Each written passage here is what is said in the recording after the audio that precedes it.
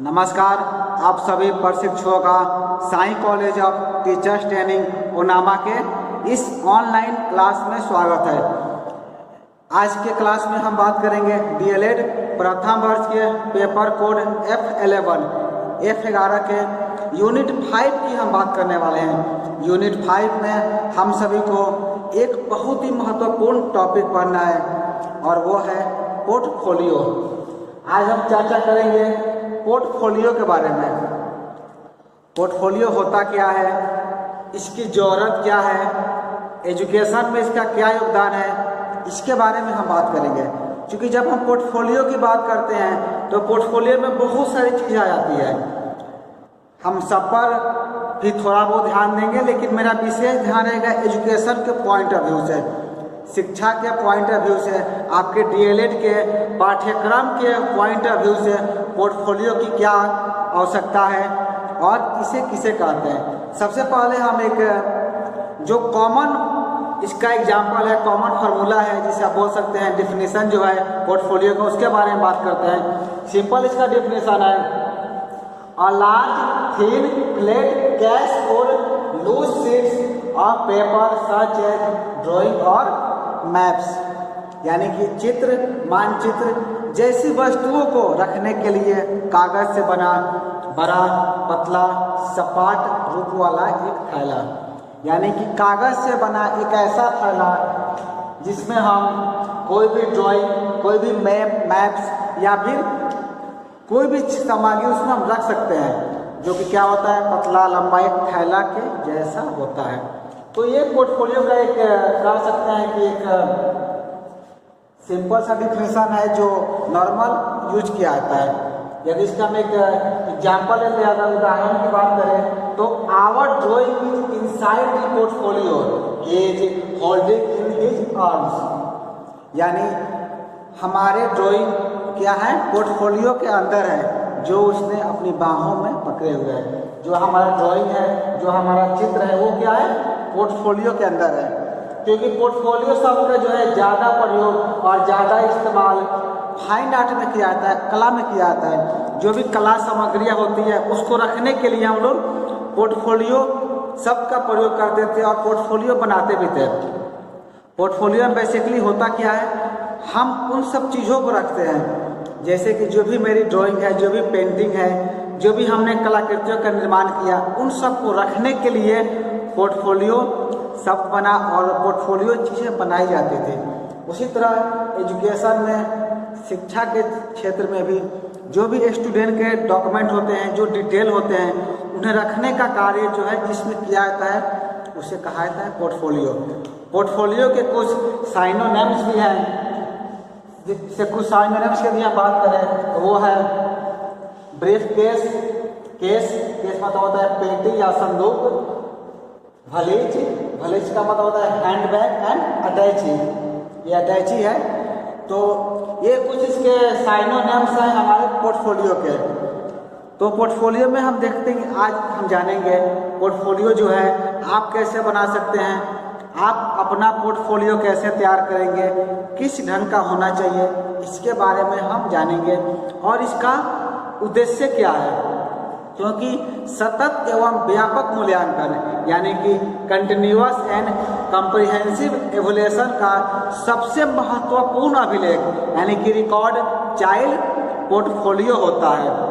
यदि हम सतत एवं व्यापक मूल्यांकन करना चाहें तो इसका सबसे महत्वपूर्ण यदि रिकॉर्ड की हम बात करें तो चाइल्ड पोर्टफोलियो होता है। आप सभी को भी याद होगा, जब आप महाविद्यालय से विद्यालय में भेजे गए थे, वहाँ पर आप पढ़ाने के लिए आपको भेजा गया था, तो वहाँ पर आपको एक डायरी दी गई थी, एक फाइल दिया गया था जिसका नाम था चाइल्ड पोर्टफोलियो। यदि हम उसकी बात करें तो आप देख सकते हैं ये आपका है चाइल्ड पोर्टफोलियो। तो चाइल्ड पोर्टफोलियो में आप क्या करते थे, पूरे बच्चों का डिटेल इसमें भरते थे। यदि इसका हम चाइल्ड पोर्टफोलियो को देखते हैं तो आप देख सकते हैं यहाँ पर पूरे बच्चों का एक डिटेल भरा हुआ है, यानी कि यहाँ पर विद्यालय का नाम, संकुल का नाम, अंचल, प्रशिक्षु का नाम, पूरा डिटेल इसमें दिया गया। और इसी तरह प्रत्येक पेज में आप देख सकते हैं सारी जानकारियाँ इसमें दी हुई है। तो चाइल्ड, जिसे हम लोग कहते हैं चाइल्ड पोर्टफोलियो, प्रत्येक बच्चे का एक चाइल्ड पोर्टफोलियो बनता है। आप सभी ने बनाया होगा, सब प्रशिक्षकों को ऐसी डायरी दी गई थी महाविद्यालय की तरफ से, और जिस विद्यालय में आप गए हैं वहाँ पर आपको इस तरह का एक चाइल्ड पोर्टफोलियो बनाना था। जिस बच्चे को आप पढ़ा रहे हैं, जो बच्चे विशिष्ट हैं, वैसे बच्चों का आपको एक रिकॉर्ड तैयार करना था। हम लोग रिकॉर्ड क्यों तैयार करते हैं? क्योंकि सतत एवं व्यापक मूल्यांकन करने के लिए कंटिन्यूअस एंड कॉम्प्रिहेंसिव एवोल्यूशन का सबसे बढ़िया माध्यम है, सबसे बेस्ट माध्यम है चाइल्ड पोर्टफोलियो। विद्यालय में यह प्रत्येक छात्रों के लिए तैयार किया जाता है। जितने भी छात्र आपके विद्यालय में पढ़ते हैं सभी के लिए एक चाइल्ड पोर्टफोलियो तैयार किया जाता है। क्योंकि अभी जो मैंने चाइल्ड पोर्टफोलियो देखा है, इसमें हमने क्या किया था, एक बच्चे के लिए मैंने एक पेज लिया, क्योंकि अभी आप प्रशिक्षण प्राप्त कर रहे हैं तो आपको एक पेज दिया गया था। लेकिन जब आप विद्यालय में टीचर बन के जाएंगे या विद्यालय के कार्य को आप देखेंगे तो वहाँ पर एक बच्चे के लिए एक पोर्टफोलियो बनता है, यानी कि एक बच्चे रहेंगे तो उनके लिए एक रहेगा। जैसे कि मेरे पास एक अभी डायरी है, इसमें आप देख सकते हैं, ये भी एक, चूँकि ये हॉबी डायरी है, इसमें भी एक पूरा पोर्टफोलियो दिया रहता है, यानी कि ये एक डायरी जो है एक बच्चे के लिए है। इसमें हम देख सकते हैं, अगर हम इसको टर्न करेंगे तो पहला में आपका पूरा इंट्रोडक्शन दिया गया है, यानी परिचय दिया गया है। सेकेंड हम आगे बढ़ेंगे इसमें, तो उन्होंने अपने बारे में जो बातें लिखी गई है, अपने मम्मी पापा के बारे में, और जो उनकी हॉबी है, जो अपने टीचर के बारे में, सब चीज़ें इसमें पूरे डायरी में जो है सब चीज़ें लिखी रहती है। तो प्रत्येक बच्चों के लिए एक एक अलग अलग बनता है, और प्रत्येक विद्यार्थियों के लिए, प्रशिक्षकों के लिए जरूरी भी होता है।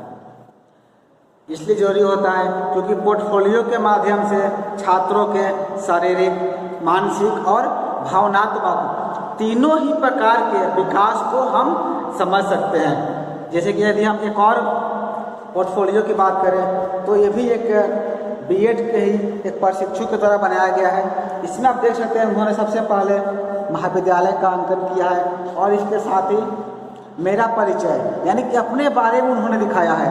तो जब हम पोर्टफोलियो को देखते हैं तो बच्चों के बारे में हमें जानकारियाँ मिलती है कि उनकी मानसिक स्थिति कैसी है, भावनात्मक रूप से वो कितने अटैच हैं, और उनके शारीरिक क्षमता कैसी है। यानी अब इसको हम देखेंगे तो हम समझ सकते हैं उन्होंने जो भी आर्टिकल लिखा है, जो भी बातें लिखी है, तो उसको प्रस्तुत करने का तरीका क्या है। जैसे उन्होंने दिया है मेरा आदर्श, तो उनके आदर्श कौन है, उन्होंने लिखा है स्वामी विवेकानंद। स्वामी विवेकानंद उनके आदर्श हैं। तो हम उनके भावनात्मक पक्ष को जान सकते हैं। यदि किसी के हम हॉबी डायरी को या पोर्टफोलियो को पढ़ते हैं तो हमें ज्ञात होता है कि वो भावनात्मक कितने रूप से स्ट्रांग है, उनका मानसिक बिहेव जो है किस ढंग का है। और हम आगे इसमें बढ़े अगर हम, तो उन्होंने एपीजे अब्दुल कलाम के बारे में लिखा है, और उसके अलावा प्रेरक वचन, यानी कि इसको हमको पढ़ने से लग सकता है कि बच्चे जो है, जिस बच्चे की डायरी है वो भावनात्मक रूप से और मानसिक रूप से कितने स्ट्रांग है, उनका सोच कैसा है, उनका विचार कैसा है। पूरे विचार को जो है आप इस हॉबी डायरी में पढ़ सकते हैं।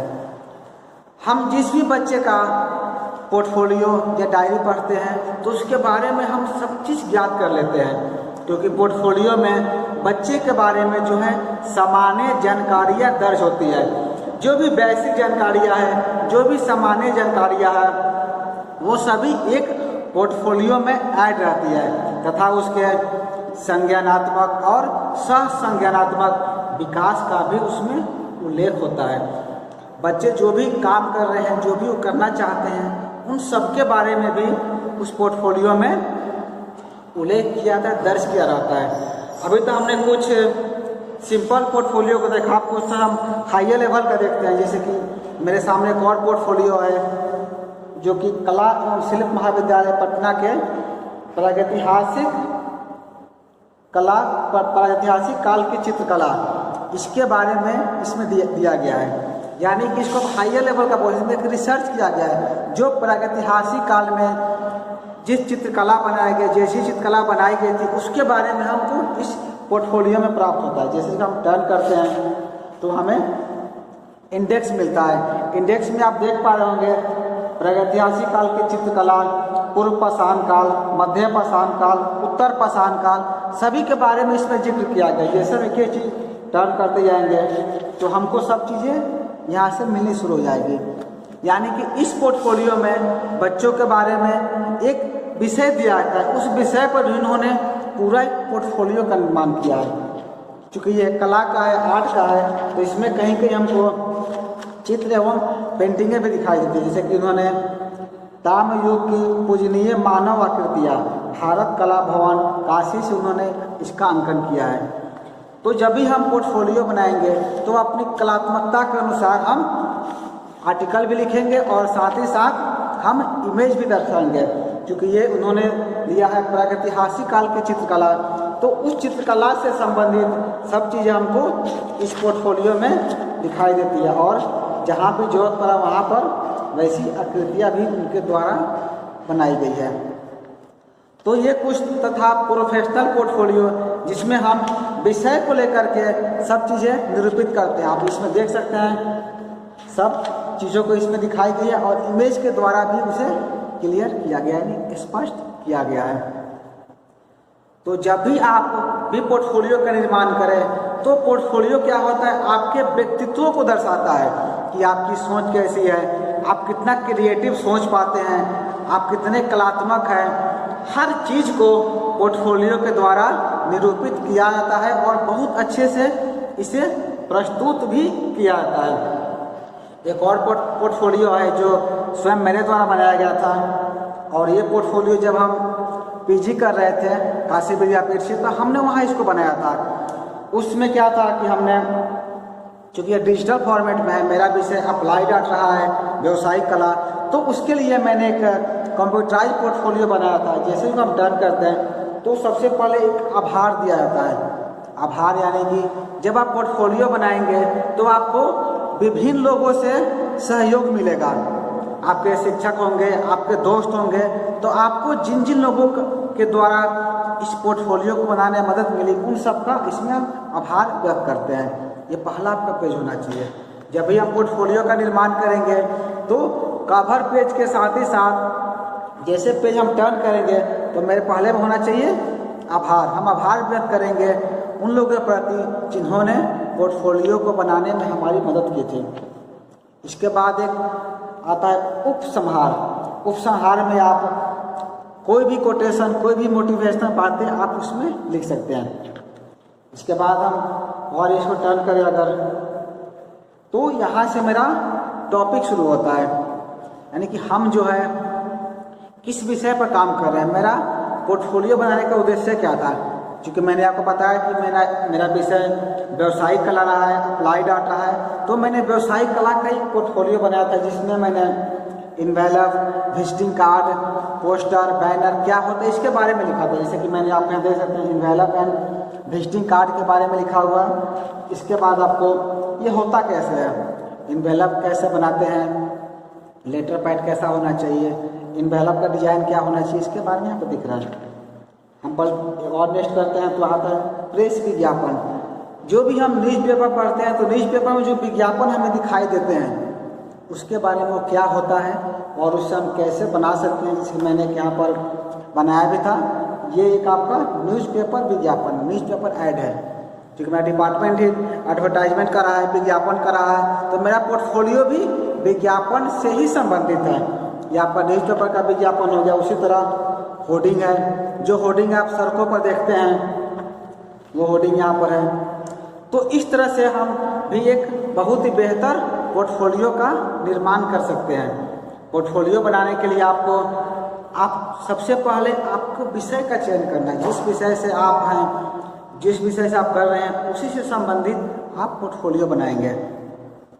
जैसे कि आप डीएलएड के प्रथम वर्ष में हैं और प्रथम वर्ष में हमको कला समेकित शिक्षा के अंतर्गत पोर्टफोलियो पढ़ना है, तो आप सभी को करना क्या है, एक एक पोर्टफोलियो बनाना है। मैं कितना सा पोर्टफोलियो आपको दिखा दिया। आप चाहें तो डिजिटल या फिर मैनुअल, क्योंकि आपको आईसीटी भी पढ़ना है, तो आईसीटी में के द्वारा आईसीटी की मदद से आप डिजिटल भी बना सकते हैं। डिजिटल बनाने के लिए आप पावर पॉइंट का प्रयोग करेंगे और MS ऑफिस वर्ड का प्रयोग करके भी आप बना सकते हैं। पोर्टफोलियो बना करके उसकी सॉफ्ट कॉपी यानी कि PDF फॉर्मेट में आप मुझे सेंड कर सकते हैं। यदि आप उसमें बनाने में आपको परेशानी हो रही है तो आप मैनुअल पोर्टफोलियो बना करके उसकी तस्वीर खींच करके भी आप मुझे सेंड कर सकते हैं। जो भी उसमें सुधार की आवश्यकता होगी हम उसे सुधार कर देंगे ताकि आपका एक बेहतरीन पोर्टफोलियो बने। और जब आप एक बेहतरीन पोर्टफोलियो बनाते हैं तो उसका प्रयोग हर जगह होता है। कोई कहीं भी आप शिक्षण कार्य करें तो वहाँ पर आपके पोर्टफोलियो को देखा जाता है। जैसे कि ये पोर्टफोलियो जो है मैंने बनाया था 2017 में, मेरा सत्र था 2016 या 17 का। उस समय मैं तृतीय सेमेस्टर में था यानी कि थर्ड सेमेस्टर में था। उस समय मैंने इस पोर्टफोलियो का निर्माण किया था। तो उस पोर्टफोलियो मैंने ये पोर्टफोलियो उस समय बनाया था और आज 2020 में मैं आपको दिखा रहा हूँ। तो जब भी आप पोर्टफोलियो बनाते हैं तो पोर्टफोलियो आपका ऐसा होना चाहिए कि जो आपके उस कार्य को शो करे, जिससे कि आप उससे कभी भी कहीं भी रिप्रेजेंट कर सके, दिखा सके, क्योंकि उसमें सारी जानकारियाँ आपको ऐड रहती है, सारी जानकारियाँ उसमें दर्ज रहती है। चलिए हम आगे जानते हैं इसमें कि पोर्टफोलियो का निर्माण करते समय हमें किन किन सावधानियों को बरतना चाहिए। विशेष रूप से वो 3 सावधानियां हैं जिस पर हमें विशेष ध्यान देना है। इसे आप नोट आउट कर सकते हैं, आप हेडिंग दीजिएगा।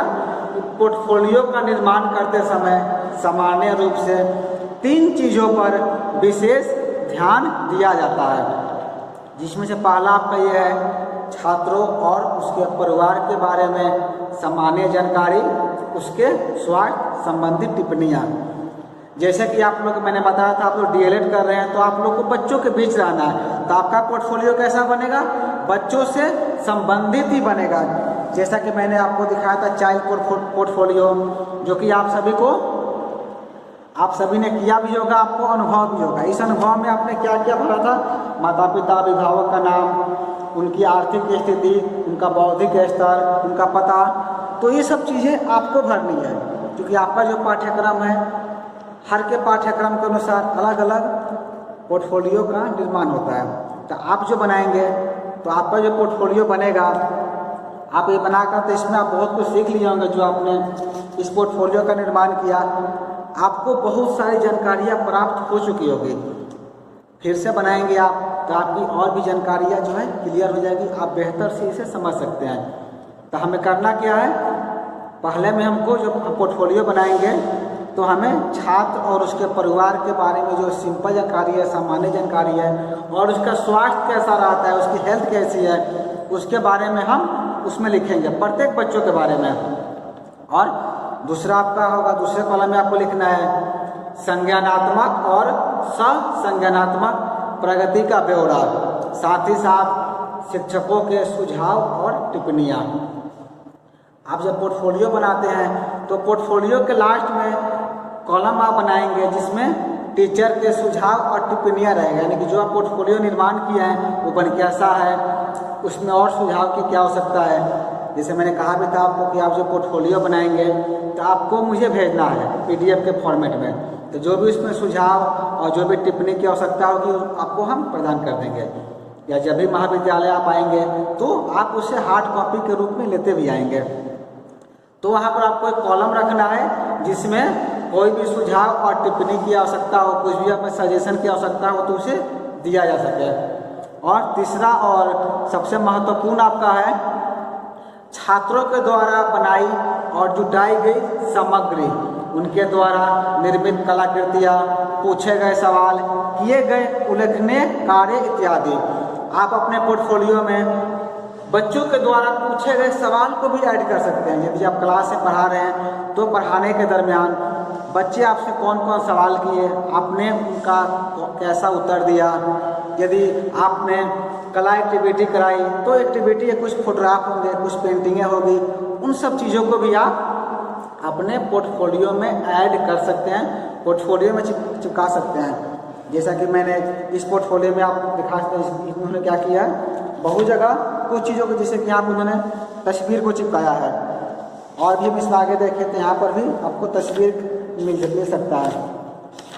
और भी हम देखते हैं तो यहाँ पर उन्होंने कॉलेज के पिक्चर को लगाया है। तो इस तरह से आप भी जो है क्या कर सकते हैं, अपनी जो भी आकृतियाँ हैं आप अपने पोर्टफोलियो में लगा सकते हैं। यदि आप कलाकृतियाँ बनाना भी जानते हैं तो इस तरह से आप कुछ भी तैयार कर सकते हैं। जैसे उन्होंने माई स्वीट ड्रीम, मेरा सपनों का घर कैसा होना चाहिए, उन्होंने इसके बारे में यहाँ पर स्केच के रूप में बताया है।